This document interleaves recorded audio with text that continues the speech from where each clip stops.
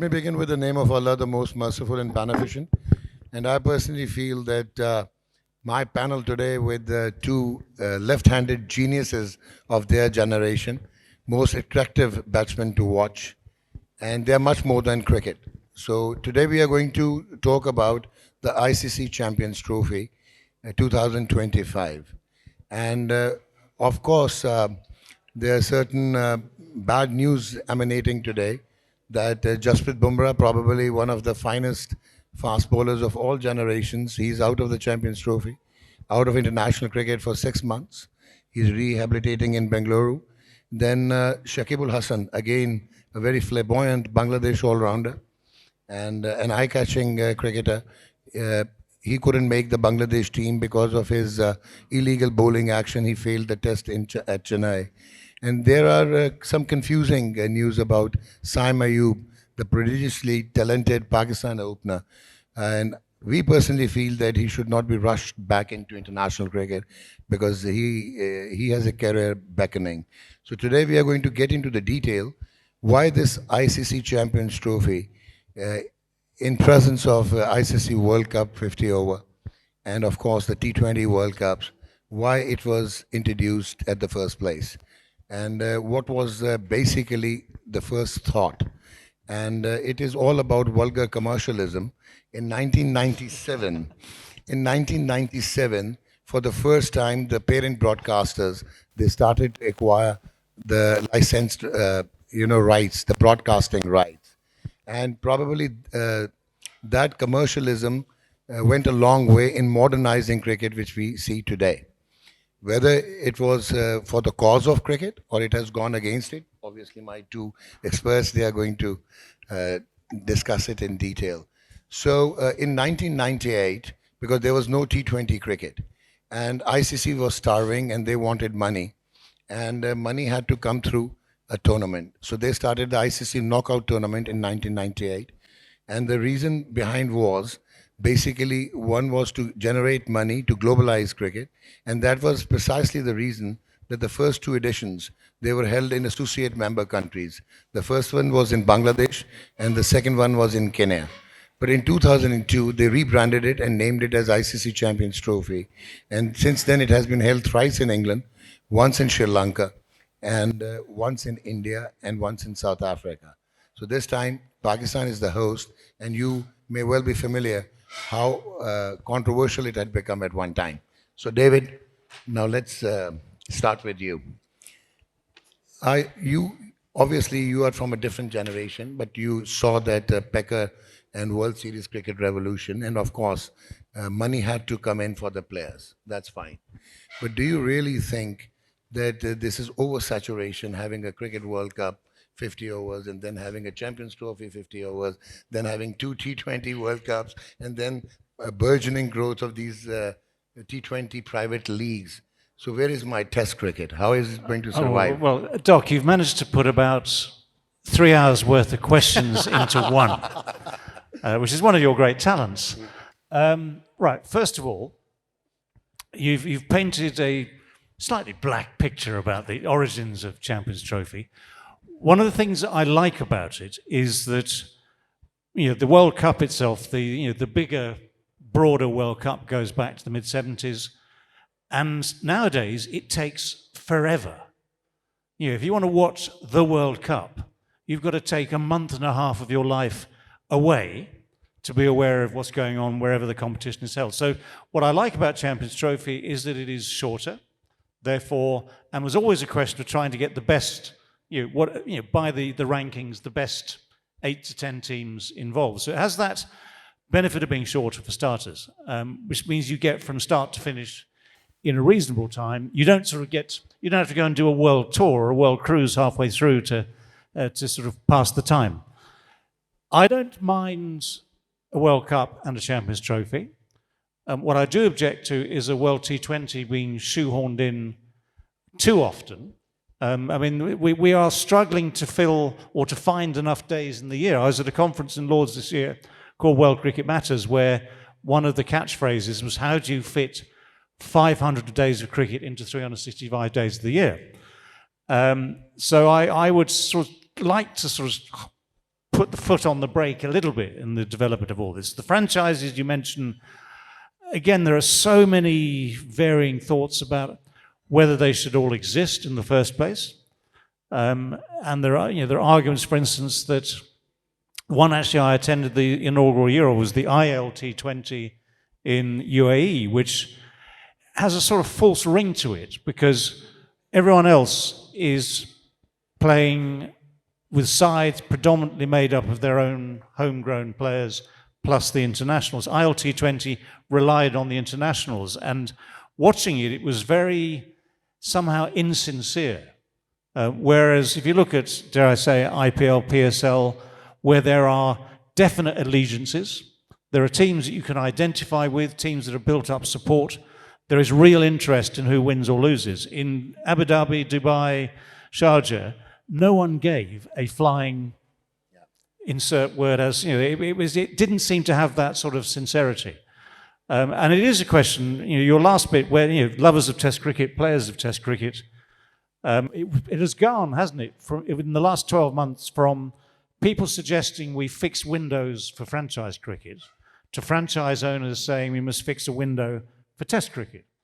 And that shows how the thing has changed so very, very rapidly. And even at this conference in Lords, the data, we were given data as the evidence. We weren't actually shown what the data said, but all the people from franchise owners, vested interest, TV company producers, owners, vested interest, were all saying the world wants white ball cricket. And I thought, excuse me, we're not the entire world. There are other people here with a genuine love for the best form of the game, for me, Test cricket, which is why it's so important that we play Test cricket in the right way and make it interesting, make it fun, make it entertaining. And the other thing, which we can probably discuss later, the other thing is that we know that these tournaments generate money. One of my, if there were a drum here, I would bang it very loudly. One of my biggest pleas is whatever else happens in our game globally, we need to change the way that money is distributed. Because 37% goes to one country, 13% goes to the two other nations. It's India, Australia, and England. And here you get something like 2%, West Indies gets 2%, New Zealand gets 2%. Where is the money needed? It's needed here. Yeah. It's needed in the Caribbean. It's needed in New Zealand, in Bangalore, in the countries where they don't have the same access to the generation of money. If you want to keep the game interesting and competitive across the globe, someone's got to change that model. There is a slight problem, which the only people who can change that problem are called the ICC. Well, Aamer, now beautifully explained by David. My another concern is that this Champions Trophy 2025 may well have not been held in Pakistan had not broadcasters they come into play, because they went to the ICC and they said that they have picked up the broadcasting rights for $3.2 billion and the digital rights for $2.2 billion, and then the quality of production which was required, and then ICC took them to United States and West Indies, which actually incurred heavy losses upon them. So they wanted to renegotiate the deal, and at any cost they wanted the India-Pakistan matches. And if you remember, in 2013 it was decided that since T20 World Cup had become a huge success, so they are going to get away with this Champions Trophy thing. But again, the India-Pakistan matches, bilateral series, they are not happening because of the political reasons.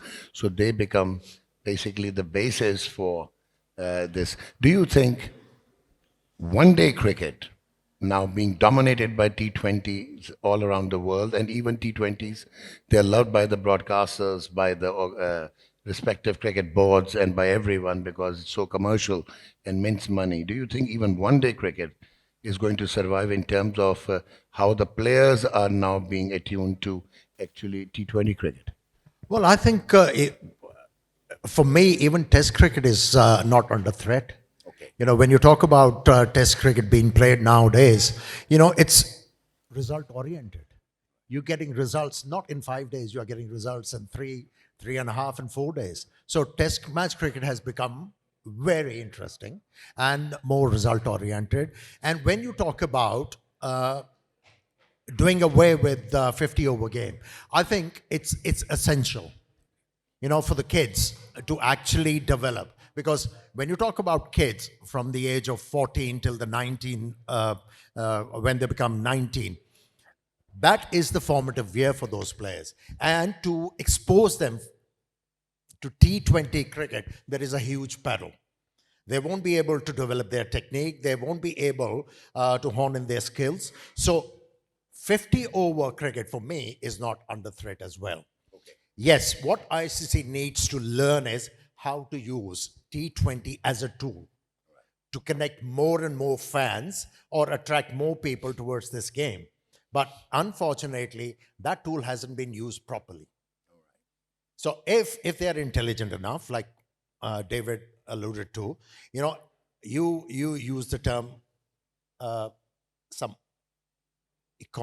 economically vulgar or something. Yeah, vulgar commercialism. But I think they are very sophisticatedly vulgar. They are. Because, when you talk about cricket, it's a colonial game. If you talk about cricket being played, it's played wherever the British were. And beyond that, if you want to see other nations taking up the sport seriously and excelling, it's far-fetched. For me, it is far-fetched. So what ICC needs to do is use that money which they're earning in a proper way. Like David suggested, that you have to put in that money. West Indies was a pride of cricket at one time. Okay? Where is West Indian cricket? Nowhere. That's where they need to put in their money rather than putting money in Oman, Qatar. I mean, locals, they are not interested in that game. It's only the expats who are actually taking that game forward. So ICC needs to be very intelligent. And I think Test match cricket and 50 over cricket is safe. Okay, David, now just taking a cue from Aamer, do you think that the quality of cricket and cricketers, it has gone down if we get to the test matches and one-day internationals, because most of the players now, they have affinity to be part of the T20 leagues and T20s. There is no defense, no solid openers around. I think KL Rahul is one of the exceptions that you see playing the old-time orthodox cricket, leaving the balls. But there was Cheteshwar Pujara. But don't you think that the standard and quality of cricket has degenerated far more than when you people were playing? It was a test of defense. It was a test of character and everything. See, it was a joy to watch David Gower batting. Sure. It was a joy. Wrist work, the timing of the ball, effortless cover drives and all that. That was the era. At that time, what was the emphasis of the cricket boards at that time was, these are the players we're going to show on TV for the youngsters to follow. But it has become a thing of the past. We don't realize that a technically deficient player, once they are exposed on TV, the youngsters are going to follow them. Yeah. That's a huge peril. So that is been the bane of international cricket. Too much of T20 cricket is shown on TV. Like David suggested, you have 2 World Cups in a span of 4 years. And a 50 over World Cup is after 5 years, is it? 4 years. So ICC need to show leadership. They have to realize that because they are the custodian of the game. No, they're not custodian of the game. MCC is, not ICC. So, they have to realize that. Yeah, there is no, shall we say, yes or no answer to your question. Okay. Because you've still got players like, for instance, England's Joe Root, New Zealand's Kane Williamson, who are the sort of player you were just talking about. They have finesse, they have touch, they have brilliant ability to make things look easy. That's always the mark of the great players, is it seems that they just have more time. That's the thing that people say, they have more time. So you've still got players like that who would compare, I think, in any era. Right. We throw into England's mix Harry Brook, who is outrageous. And it'll be interesting to see how Harry goes actually. One of those thoughts, in a few months' time, 9 months' time, they'll be in Australia. Could go well, could go horribly wrong. Who knows? because it's built on something slightly different. It's not built on sheer technique, it's built on bravado, and it's a slightly different starting point. And we have a batsman, just again to stick to England, in Zach Crawley, who in any other era would have played no more than 6 test matches. Agreed. But he's been undroppable for 3-4 years now. And his ratio of success is probably 1 in 10. Now that would be unacceptable in any other era, because we've dropped people after 2 games. Sometimes I'd have to say in error, but that was going too far the other way. Because I appreciate what they say about him and what they say about the culture in that England dressing room at the moment, and the atmosphere, which is great. The collaboration in that room is great. So they've created a spirit which is to be admired. But at the same time, I think you have to be smarter. Sometimes you have to be more ruthless. What I feel sorry for, the people I feel sorry for at home in England, are opening batsmen who make 1,000 runs in county matches, albeit there are fewer matches now, so it's probably 800-900, who are doing what they have to do to get attention, but they're not allowed a chance. And they are specialists in that role. And we saw in Australia the last few weeks that opening batting nowadays is a perilous thing. It's not easy. So to base it on hope, I think, is very new-fashioned. And somewhere in between is what I would call the happy medium, where, again, we want to keep the game entertaining and we want people to be positive. I mean, that's all part of the fun, the jeopardy that is modern Test cricket. But then if you want, for instance, as a good example, what everyone says, historically the Ashes still holds a lot of sway. Ben Stokes, as our captain 2 years ago, didn't win the Ashes. He says he has no regrets, but there were things that happened during that series which could have gone differently with a little bit more game awareness, a bit more intelligence, and he could already be an Ashes holding captain. But he's going to have to go to Australia if his hamstring holds up and is repaired in time. Going to have to go to Australia in 9-10 months' time, hoping he can change that round the other way. And that's the harder way to do it. He had home advantage, he had home conditions, he had some good situations, and they let it slip. So that's the jeopardy, I think. Aamer, now just another question related to this. Don't you think that barring a few exceptions, express fast bowling, quality test match bowling, bowlers not being able to sustain in the third session of a single day in a test match, largely because of the 4-over muscle memory they have developed playing T20 cricket, and the quality of spinners, it's just gone out of fashion now. Don't you think it is hurting the real essence of the sport? Well, if I try and show empathy to the fast bowlers and the spinners, one would say now the thoughts are coming from a retired batsman. I think there were so many restrictions put at one time.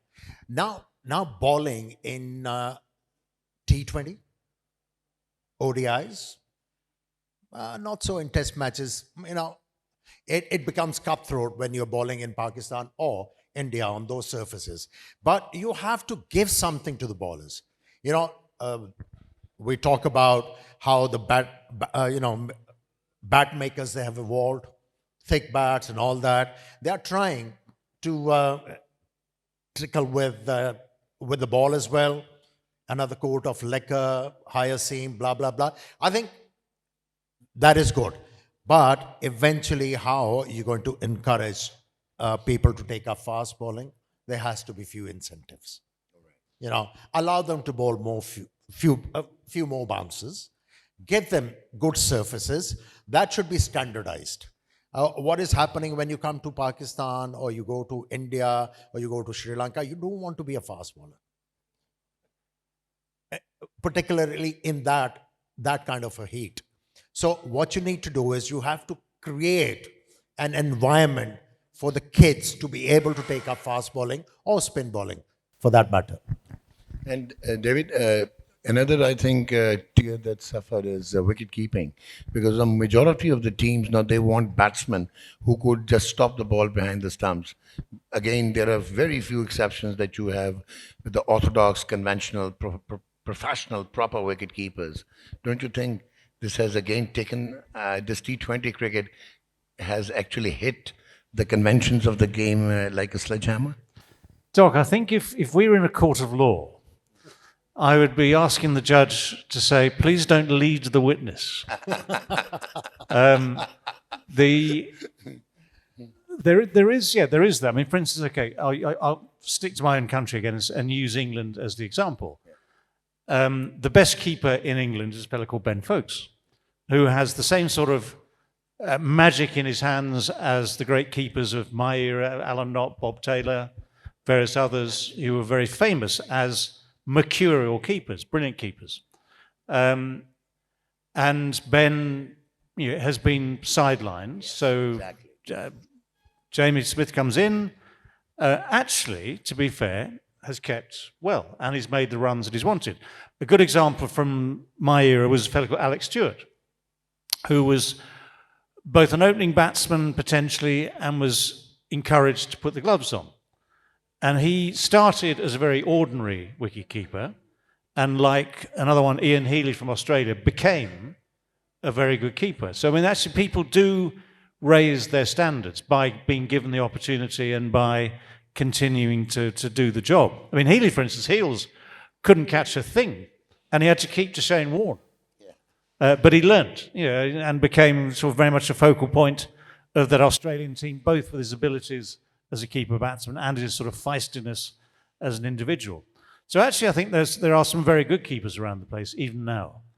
And they're not far off that standard which says they would be allowed to keep 10, 15, 20 years ago. I think there's some very good keepers. There are one or two shockers. There are one or two for whom a coat would be more easily managed than a pair of gloves. But I don't want to name names at a time like this, But it was always the case that people said, we want the best keeper because that one chance that goes missing might cost us a game. Now the attitude, you're quite right, the attitude is different. And you trade off the odd chance that goes begging against 90, 100 runs made in quick time. Where we made a mistake, actually, was the Ashes series again. Johnny Bairstow came back in and kept wicket. He wasn't fit. He'd had this horrendous injury, which we still don't know quite the truth about, but a golfing incident that sees you break a leg in three places. How can you break a leg in three places playing golf? It's an extraordinary, unfortunate thing. But when he came back in, he obviously wasn't fit. So he was clinging to his place. And he was rusty. So that first game, we saw mistakes from him, which let the side down. So that's where selection has to be sometimes just that bit more ruthless. Okay, now, Aamer, let's get to the Champions Trophy 2025. India is still the team has won this title twice. Once they shared it with Sri Lanka, and then they won it in 2013. And their win percentage is huge. It's 69.23%, having won 18 out of 29 matches. Now with Rohit Sharma, is a predicament which we saw, though it was in test matches, and probably he's one of the finest ever in white ball cricket. But still the pressure which he'll be carrying, and then Virat Kohli not in the runs, and Jasprit Bumrah out of the 11. Do you think India will still be going full throttle in Dubai? Let me tell you, they'll be feeling a lot of pressure.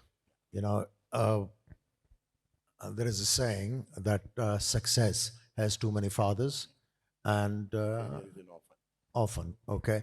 It applies in our countries. When you meet success, there are so many claimant. When you are defeated, nobody wants to own it.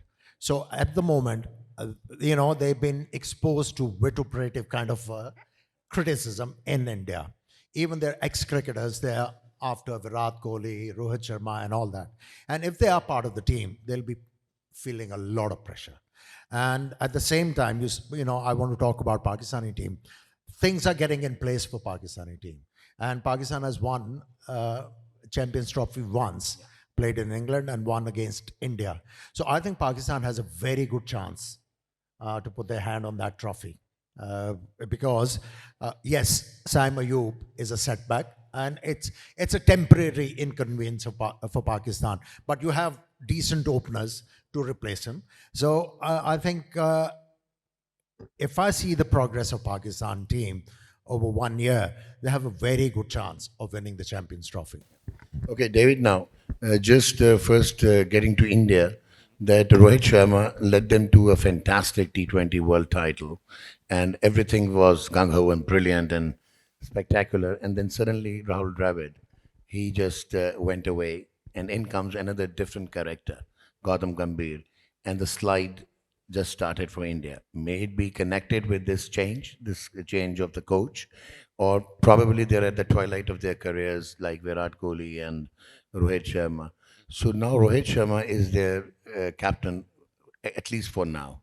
So how do you see that he'll be finding, his actual potential and turning deed into dexterity in this Champions Trophy? Well, the interesting thing in that thesis is that a coach can make such a difference. And yes, I mean, for instance, again, sorry, I'm going to have to use England as an example. McCullum, as our national coach, is not in any shape or form your archetypal coach. He sits there thinking about his golf swing.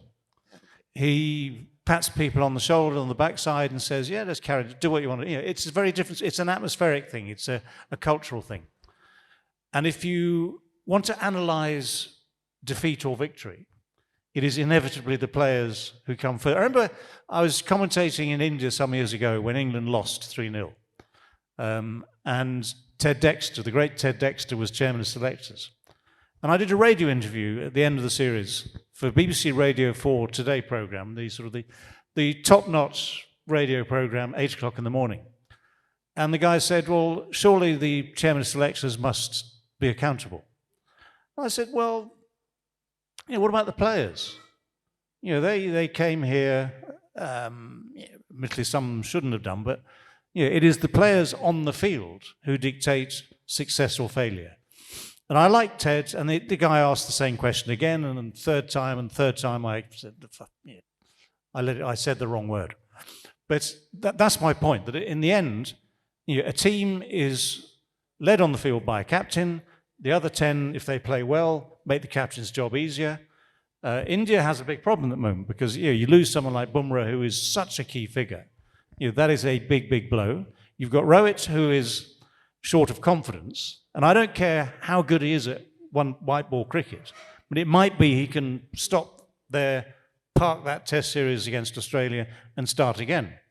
But he's been around a while, and inevitably people do not maintain the same levels of performance for year after year after year after year ad infinitum. Otherwise Don Bradman would still be making double hundreds. It doesn't happen. So they have problems there. Kohli's a problem. They have things that if they're lucky, they will sort out. In the meantime, you have, as you say, Pakistan home turf for most of the time, albeit not against India. You've got people coming back into form, like Babar. You've got people like Shaheen Shah, who has been overworked. I mean, that's the thing. They're going back to your first question of the evening. All these demands from test matches, ODIs, T20s, franchises. You push someone out time and time again, he's going to come down in performance. So if people peak at the right time, you've got a great chance. Australia, of course, will always say they have a chance wherever they play in the world. And one of the things you can never forget in any form of limited over game is that you can be, as with the World Cup, the last World Cup, you can be the best side in the tournament, you can win every game until the final, and you still don't have the trophy. Yeah. And sometimes the margins are paper thin. You can lose a game by 1 wicket, by 1 run, and you could have been the best side in the tournament. You might not still have your hands on the trophy. England, bless them. It took us something like 45 years to get our hands on that World Cup, the original World Cup. Famously, Ian Smith with that great line, by the barest of margins. It was so close. Okay, I mean, now you were discussing Pakistan. And don't you think there's a paradox that in T20 cricket we are nowhere if we see ourselves internationally, even in a recent series?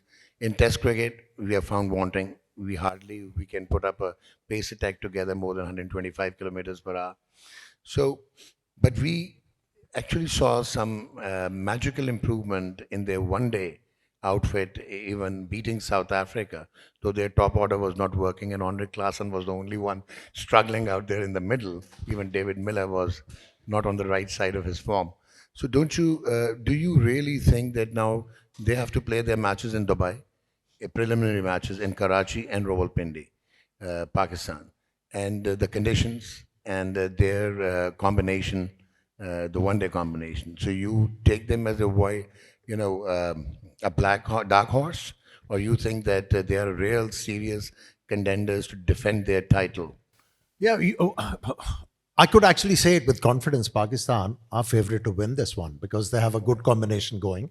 They got good set of spinners, and especially the inclusion of a left arm wrist spinners. They are very impressive. I saw them bowling in Zimbabwe and then in South Africa. And if you have wicket taking options in 50 over game as a captain, you're bound to meet success. So Pakistan is in a very good, position to actually make a claim in this champion trophy, provided, we are the host of this tournament. We can have pitches. But that Which ICC will be doing the pitches. No, not really. ICC is just a name. Yeah. Decisions are made somewhere else. Yeah, right. Okay. So when you ask a question why Pakistan is off the boil when it comes to T20 cricket, we're a moody nation. Okay, David. Now, recently we have seen that probably one of the finest batsmen of all generations, or this generation, Virat Kohli, he has been struggling. And he even struggled in the T20 World Cup. It was Rohit Sharma who actually led from the front and supported by Hardik Pandya and etc. And then we have seen the case of Babar Azam, prodigiously talented the way he started, and probably a majestic cover drive and all aesthetics personified in his batting. What has gone wrong with these batsmen that they have been found wanting, they are struggling, and not in one series or one match. This has continued. Their inevitable basic failing is they were born human. Very well said.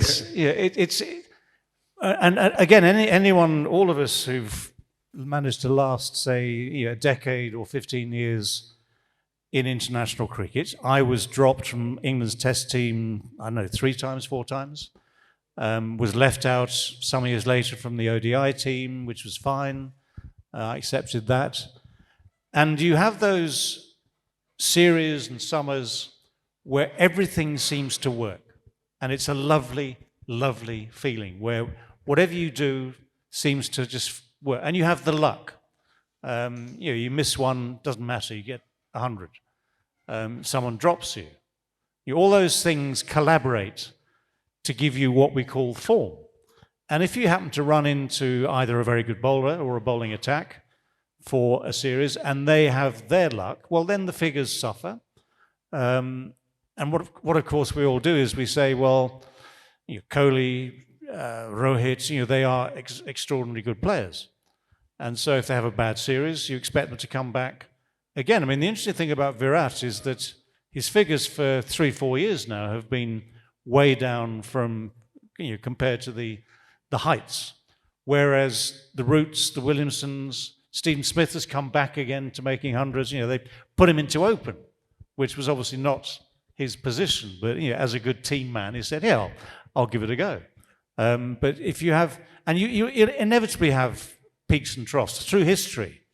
There's always sort of the famous example of an English player called Dennis Compton, who in the 60s went to Australia as one of England's finest ever, charismatic, talented, brilliant run scorer, averaged 10 in that series.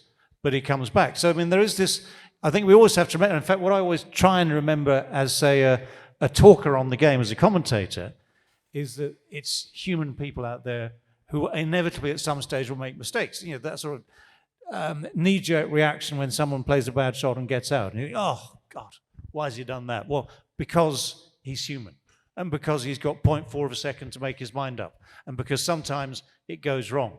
But by God, when he gets 200 next time round, you'll admire him and like it. So there are these peaks and troughs, but the hardest thing with the Rohit, with the Virat, with anyone of that character and caliber is to decide when they've had enough. For them personally and for the selectors. And I remember Tendulkar, when he was nearing 100 international hundreds, and suddenly for a year or so, his form dipped. And we were actually commentating on a tour in India, and everyone was saying, "Oh, I think his eyes have gone, his reactions have slowed. Maybe it's the end for Sachin. He's 34 years old or something. He's been playing since he was 3, international cricket. All that sort of stuff. And then he comes back and makes more hundreds because, of course, he has supreme talent. And so even those people have to go through a patch where your ingenuity, your character is really tested before you come back. But it just with relevance to this Champions Trophy, it's a great time to put pressure on an Indian side where the great players are struggling and the newcomers are in and out of a team, therefore not bedded in, therefore not really in form either. So it's take advantage, Pakistan. Aamer, you want to add something? Yeah, we all went through these phases where everything was dull for you and nothing was happening for you. For me, there are 3 scenarios for a player who's struggling.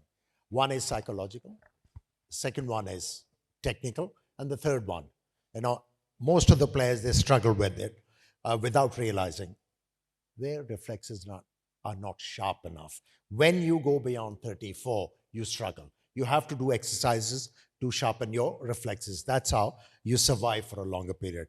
As far as Kohli is concerned, first, let me explain the role of the coach. It's been exaggerated and it's been glorified by many that the coaches should do this, do that. The coach's role starts when a player is struggling. Virat Kohli is getting out in a similar fashion for more than 2 years. And that's where the coach has to make an impact. He has to sit him down and tell him that you're committing on the front foot way before the ball is being delivered, and that's why you are chasing the ball. You're going after the ball. Nobody has been able to identify that. And that's why he's been getting out in a similar fashion. It means there is a technical deficiency. Similar went with Babar Azam. His toes, they were pointing towards the bowler. And, cricket is a semi-side-on game. So as a batter, you need to somehow stay a bit of side-on to be able to deal with the moving balls and all that. So nobody was able to help them. So if for me, you require a coach is in that situation. Not before, not after. Yeah, David, just a leading question that Aamer has discussed it beautifully. Do you think that these great players, obviously they are superior than the average, even international cricketers we see, do you think that their problems are internalized and that actually then actually leads to their technical flaws? And it's more than psychological. Rather than in living and coexisting in that phenomenal module and high on expectations, and then they get into that vicious cycle and it becomes a technical breach, and then the way Aamer has explained that they need help. If I just say yes, that's easy. Psychology is so key because, again, you are reliant as a batsman on what I call instinct, what we call instinct, because you don't have time to think. At the instant of facing 80 mile an hour, 90 mile an hour, it's instinct. Where you have time to think is at the end of the day, where you've got 0 or 3 or 10. And last game, you got 0 and 2. That's when all the psychology becomes absolutely crucial. And again, I think I've certainly been through that, where you go through a period where things start to go wrong. And you think, first of all, no, I can cope. I will come through this. Couple of games, luck will change. I'll be fine. And then it carries on. And then your mind complicates it. You start to ask the question, why? What can I do? And instead of being instinctive and natural, you start to do things to compensate. And then that's how you change technique. So Virat, for instance, might be thinking, if I get on the front foot, mentally I'm trying to dominate. And I'm showing Mitchell Stark, Hazelwood, I'm showing these people I'm going to come for them. When you then nick it to second slip, who wins? They do. So you're right, it's a very complicated psychological thing, which is why the game does embrace those that help the psychology. Professional sports psychology, psychotherapy is part of it now when it never used to be. And again, if you, in the old days, go back a generation, 2 generations, your psychologist was your captain. All right. That was one of the jobs of the captain, was to be leader, tactician, player, psychologist, politician, everything. And if you had a player who was down, there was no one else to turn to. You either had the captain, who might or might not drop you, and the other support has always been your best mate in the team. So your senior player, or the one that you trust to look at you, so without video cameras and computers, the one that you trust to look at you and say, do you know what, you're doing this differently. And what you don't want is 100 voices all chiming in with solutions. Aamer, now last 2 questions, and the penultimate one is easy. That is like one group, Group A, consists of India, Pakistan, New Zealand, and Bangladesh. But Group B has England, Australia, South Africa, and Afghanistan, quite an enigmatic team in white ball cricket. So how do you see Afghanistan, though they have been now dragged into some politics by South Africa and even by the English Parliament regarding their issue of women cricket? But Be blunt. Yeah. Be blunt. You just want to know whether, with this kind of formation of the groups, is there any chance for Pakistan meeting India in the finals? Yeah. Is that the question? That's exactly, this is the question.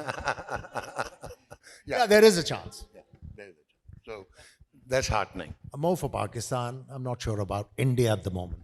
Okay.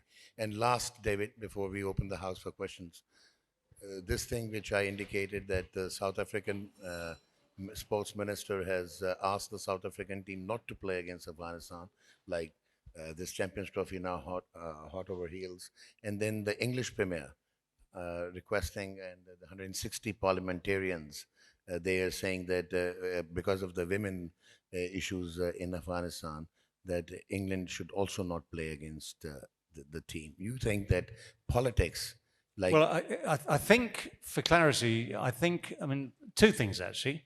One is our Prime Minister has a lot of other things that we would like him to sort out before we sort out. That's brilliant. But I suspect that applies all the way across the world. Yeah, I mean, it does. I mean, it's a very emotive issue, this whole thing about Afghanistan. And of course, we've seen what is a tremendous story with Afghanistan coming from nowhere in a decade, give or take, to be competitive in the men's game across the world. And I mean, one feels, there are so many things involved here. One feels sympathy for the men.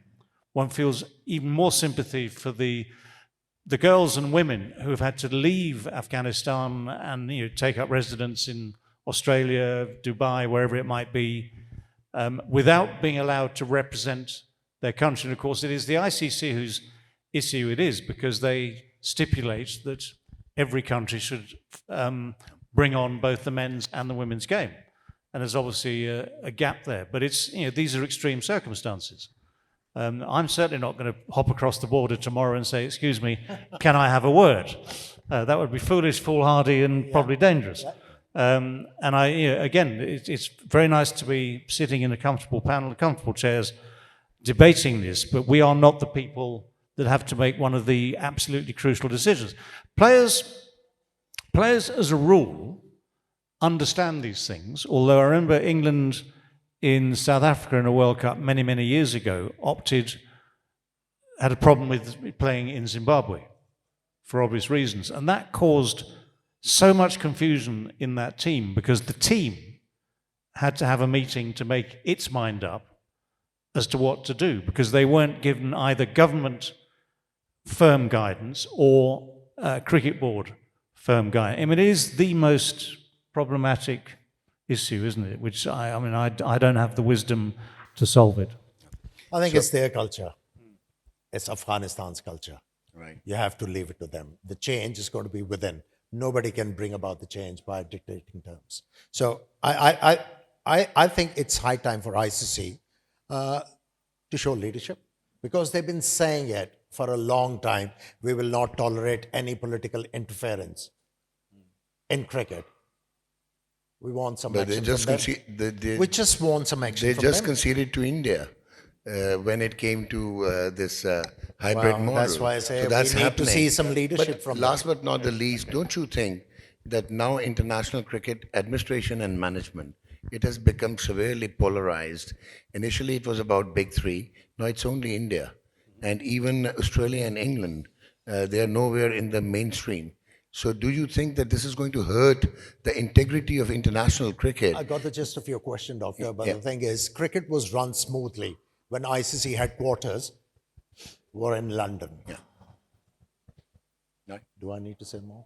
Thank you very much. So now the house is open for questions, and let's try to be concise.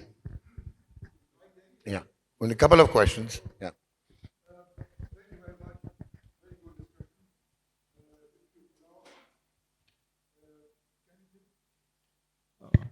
Can you think beyond the Champions Trophy for a while? I want to hear from Mr. Gower and our friend also. Where you see the cricket of the world moving 20, 25 years from now, given the commercial interest, I think you pointed out very clearly, ICC under the yoke of India. So that's the second problem we have with the cricket and other considerations also. So I think that we want to see a great sense, is the world, then also what Shastri has been proposing for a while. 2 leagues, senior and junior leagues. So I want to understand, are we helping the cricket world as such? Are we going beyond the 3 or 4 countries, want to have a world sport or just a sport limited to few countries? I just want to have a little vision on that from you.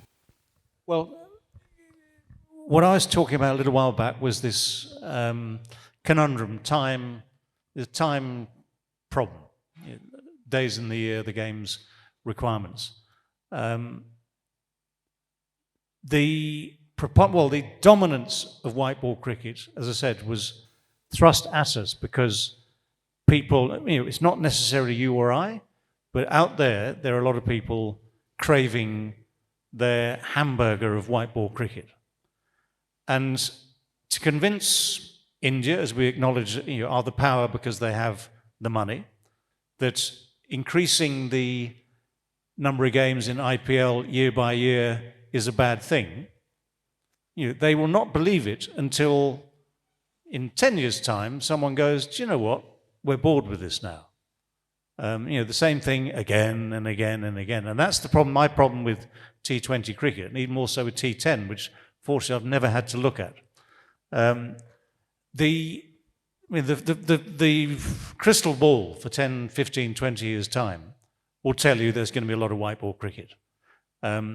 If I don't like this idea of the 2-tier test match system, because I think it'll harm Division 2 beyond repair.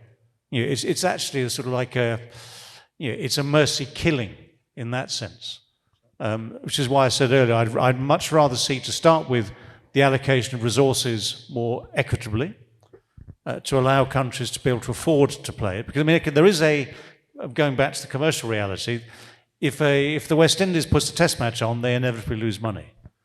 New Zealand, it's maybe a break-even situation. Here you probably lose money. If you can't afford to play something, it's very hard to sustain it. So very, very hard then to grow it and regain status. If Test cricket were to change to 4 days, I think it would, we could accept that. I mean, it's against my instinct. It's not what I want, but we could accept that in the end because time is short. Therefore, if you can accept a window, accept some sort of Solomon-like wisdom, if I can use that man, but a generic wise person to say we need to have time for Test cricket, time for white ball international cricket, time for commercial franchise cricket, and someone has to agree that. I mean, that is the hardest point, agreeing where all these vested interests will be placated. So, I mean, there will be definitely be white ball cricket, lots of it, but if we can work our way around to surviving with interesting, watchable, entertaining Test cricket, that too will have its place. One more question and... Hi. Yeah. I think cricket is safe. Test match cricket is safe. As far as I know people are actually going towards test match cricket more and more, and they have finally realized test match cricket is fine dining. 50-over cricket is a burger, and T20 cricket is a hot dog. So people have finally learned how to decipher everything. So he's asking me to stop just quickly your question and we just wind up. Sorry. Since the topic of the discussion was art of captaincy, so I would like to take this opportunity of asking this question to Mr. Gower. Who, according to you, has been the greatest captain of all time? I mean, there are many names: Imran Khan, Kapil Dev, Clive Lloyd, MS Dhoni, Ganguly, Ricky Ponting, Steve Waugh. But I think I'm not aware of the story of Clive Lloyd.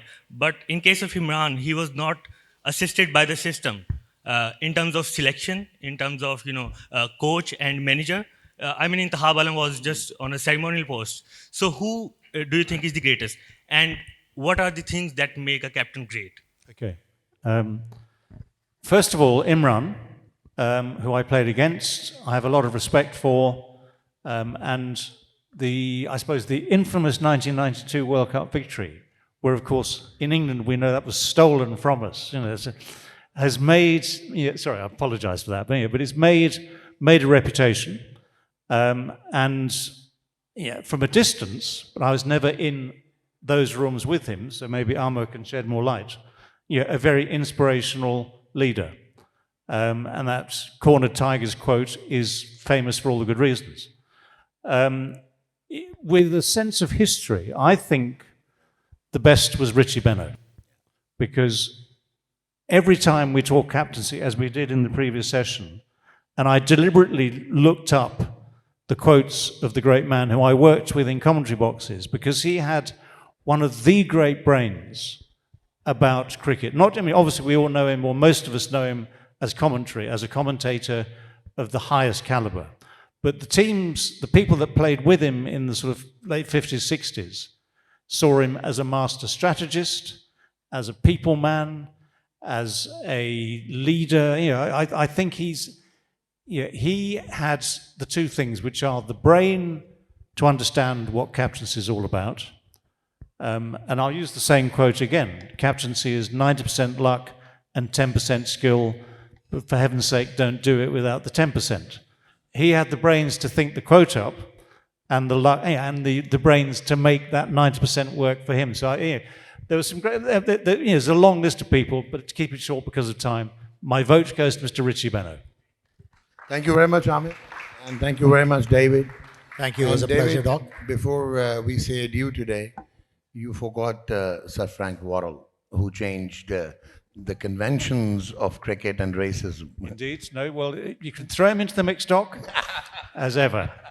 Thank you very much. It was a Personal pleasure. references, they should be kept away. It was a pleasure. Thank you, David, and thank you, Aamer. Thank you all very much. Thank you very much.